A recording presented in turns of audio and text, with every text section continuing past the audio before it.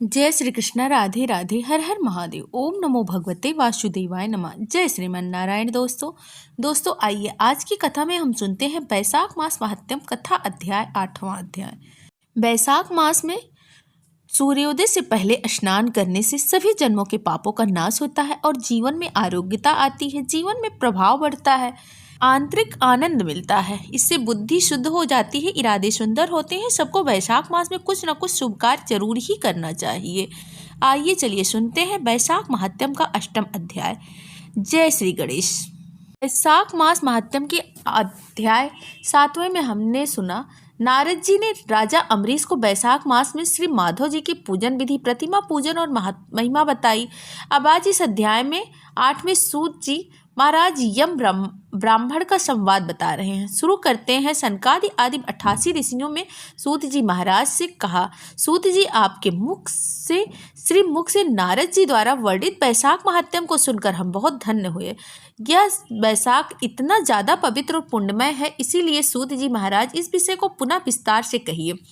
आपके उत्तम वचन स्वरूपी अमृत का पान करते हमें तृप्ति नहीं होती है। सूत जी बोले, हे महर्षियों, इस विषय में एक प्राचीन इतिहास कहता हूँ, जिसमें एक ब्राह्मण और धर्मराज यमराज के संवाद का वर्णन है। आप सब इस संवाद को ध्यान पूर्वक सुने। एक समय एक ब्राह्मण ने धर्मराज यमराज को पूछा, हे धर्मराज, धर्म और अधर्म के निर्णय में आप सबके लिए प्रणाम स्वरूप हैं, इसीलिए आप बताइए, मनुष्य किस कर्म से नरक में जाते हैं तथा किस कर्म को करने से वो स्वर्ग में जाते हैं, कृपया करके इन सबको बताओ। यमराज बोले, ब्राह्मण जो मनुष्य मन, वाणी तथा क्रिया द्वारा धर्म से विमुख और श्री विष्णु की भक्ति से रहित है, जो ब्रह्मा, शिव और विष्णु को भेद बुद्धि से देखते हैं, जिनके हृदय में विष्णु विद्या से विरक्त हैं, जो दूसरों के खेत, जीविका, घर, रीति तथा आशा का नाश करते हैं, वो नरक में जाते हैं। जो मूर्ख जीविका का कष्ट भोगने वाले ब्राह्मणों को भोजन की इच्छा से दरवाजे पे आता देखकर उनकी परीक्षा करने लगते हैं, उन्हें तुरंत भोजन नहीं देते, उन्हें नरक का अतिथि समझना चाहिए। जो मूर्ख, अनाथ, वैष्णव, दीन, रोगों से परेशान तथा वृद्ध मनुष्य पर दया नहीं करते तथा जो पहले कोई नियम लेके पीछे अजितेंद्रिय के कारण उसे छोड़ दिया जाता है, वो निश्चय ही नरक का पात्री होता है। जो सब पापों को हरने वाले दिव्य स्वरूप, व्यापक, विजय, सनातन, अजन्मा, चतुर्भुज, अच्युत विष्णु रूप दिव्य पुरुष श्री नारायण देव का पूजन, ध्यान और स्मरण करते हैं, वो श्री हरि के परम धाम को प्राप्त करते हैं। यह सनातन श्रुति है। भगवान दामोदर के गुणों का कीर्तन ही मंगलमय है, वही धन का उपार्जन है तथा वही इस जीवन का फल है। अमृत तेजस्वी देवादिदेव श्री विष्णु के कीर्तन से सब पाप उसी प्रकार नष्ट हो जाते हैं, जैसे दिन निकलने पर अंधकार नष्ट हो जाता है। जो प्रतिदिन श्रद्धा पूर्वक भगवान श्री विष्णु की यशो गाथा का ज्ञान करते हैं और सदा स्वाध्याय में लगे रहते हैं, वो मनुष्य स्वर्गगामी होते हैं। विप्रवर भगवान वासुदेव के नाम जप में लगे हुए मनुष्य भले के पापी रहे हों तो भी भयानक यमदूत उनके पास नहीं भटकने पाते।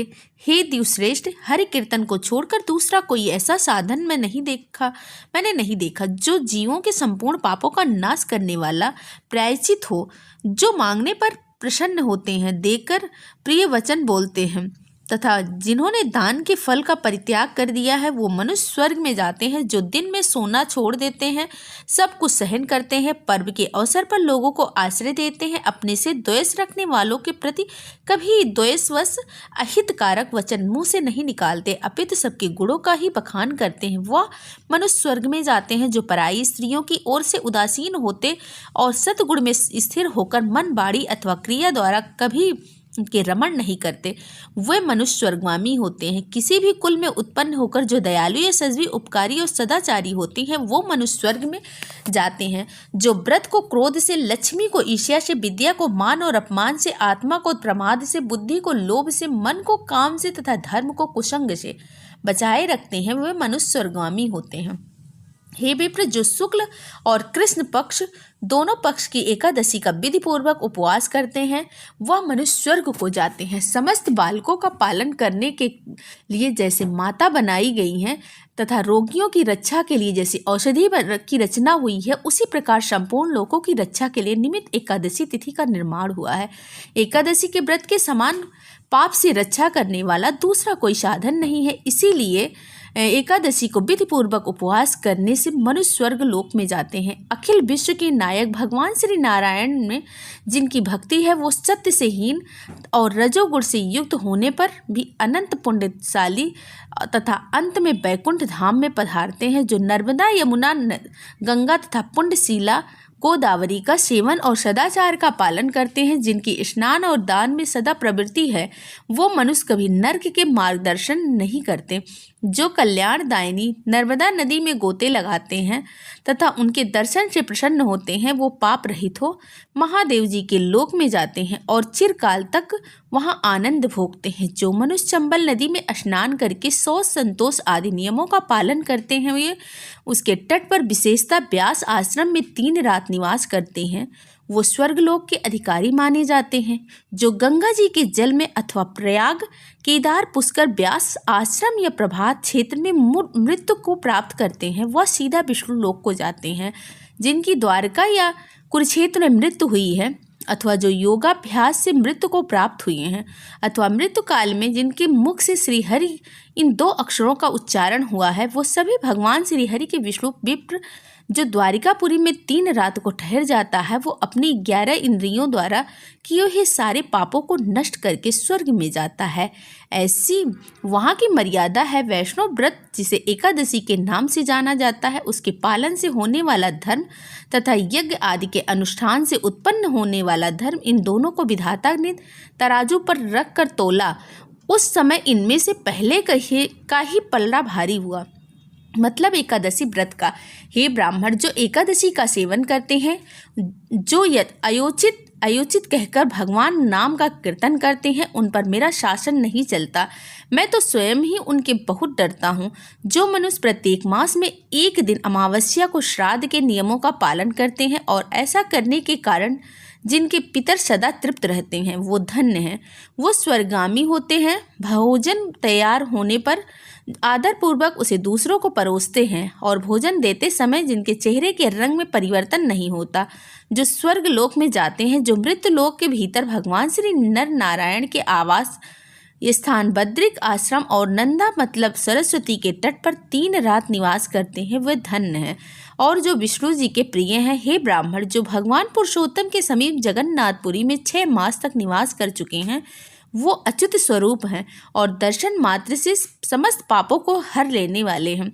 जो अनेक जन्मों में उपार्जित पुण्य के प्रभाव से काशीपुर में जाकर मणिकर्णिका के जल से गोते लगाते हैं और श्री विश्वनाथ जी के चरणों में मस्तक झुकाते हैं, वह भी इस लोक में आने पर मेरे वंदनीय होते हैं। जो श्री हरि की पूजा करके पृथ्वी पर कुशा और तिल बिछाकर चारों ओर तिल बिखेरती हैं, लोहा तथा दूध देने वाली गौ का दान करके विधिपूर्वक मृत्यु को प्राप्त होते हैं, वो मनुष्य स्वर्ग में जाते हैं। जो पुत्रों को उत्पन्न करके उन्हें पिता पितामह के पद पर बिठाकर ममता और अहंकार से रहित होकर मरते हैं, वह स्वर्गलोक के अधिकारी होते हैं। जो चोरी डकैती से दूर रहकर सदा अपने ही धन से संतुष्ट रहते हैं अथवा अपने भाग्य पर ही निर्भर रहकर जीविका चलाते हैं, वो मनुष्य स्वर्गामी होते हैं। जो स्वागत करते हुए शुद्ध पीड़ा रहित मधुर तथा पाप रहित वाणी का उपयोग करते हैं, वो लोग स्वर्ग में जाते हैं। जो दान धर्म में प्रवृत्ति तथा धर्म मनुष्य के अनुयायी पुरुषों का उत्साह बढ़ाते हैं, वह चिरकाल तक स्वर्ग में आनंद भोगते हैं। जो हेमंत ऋतु मतलब शीतकाल में सूखी लकड़ी, गर्मी में शीतल तथा वर्षा में आश्रय प्रदान करता है, वो स्वर्गलोक में जाते हैं। जो नृत्य नियमित आदि समस्त कालों में भक्तिपूर्वक श्राद्ध करता है, वह निश्चय ही देवलोक को भागी होता है। दरिद्रता का दान, सामर्थ्यशाली की क्षमा, नौजवानों की तपस्या, ज्ञानियों का मौन, सुख भोगने के योग पुरुषों की सुखेच्छा निवृत्ति तथा संपूर्ण प्राणियों पर दया, यह संपूर्ण सद्गुण स्वर्ग में ले जाते हैं। ध्यान युक्त तप भवसागर में ताड़ने वाला होता है। पाप को पतन का कारण बताया गया है, यह बिल्कुल सत्य है, इसमें संदेह की कोई गुंजाइश ही नहीं है। भ्रमण स्वर्ग की राह पे ले जाने वाले समस्त साधनों का मैंने यह संक्षेप वर्णन किया है। अब तुम क्या और सुनना चाहते हो, मुझे बताओ। वैशाख मास महात्म्य अध्याय 8 संपूर्ण हुआ। इस अध्याय में धर्मराज यमराज ने स्वयं बताया कि विभिन्न तीर्थों का महत्व और उनका पुण्य, एकादशी व्रत का पुण्य, क्या कार्य करने चाहिए जिससे स्वर्ग मिले, किन कार्यों को करने से यम यातनाएं भोगनी पड़ती हैं, इन बातों को ध्यान रखते हुए जीवन में भक्ति करें। कल वैशाख मास महात्म्य के अध्याय 9 में आगे की कथा सुनेंगे। प्रेम से बोलिए, बैसाख मास के ठाकुर जी की जय हो, विष्णु भगवान की जय हो।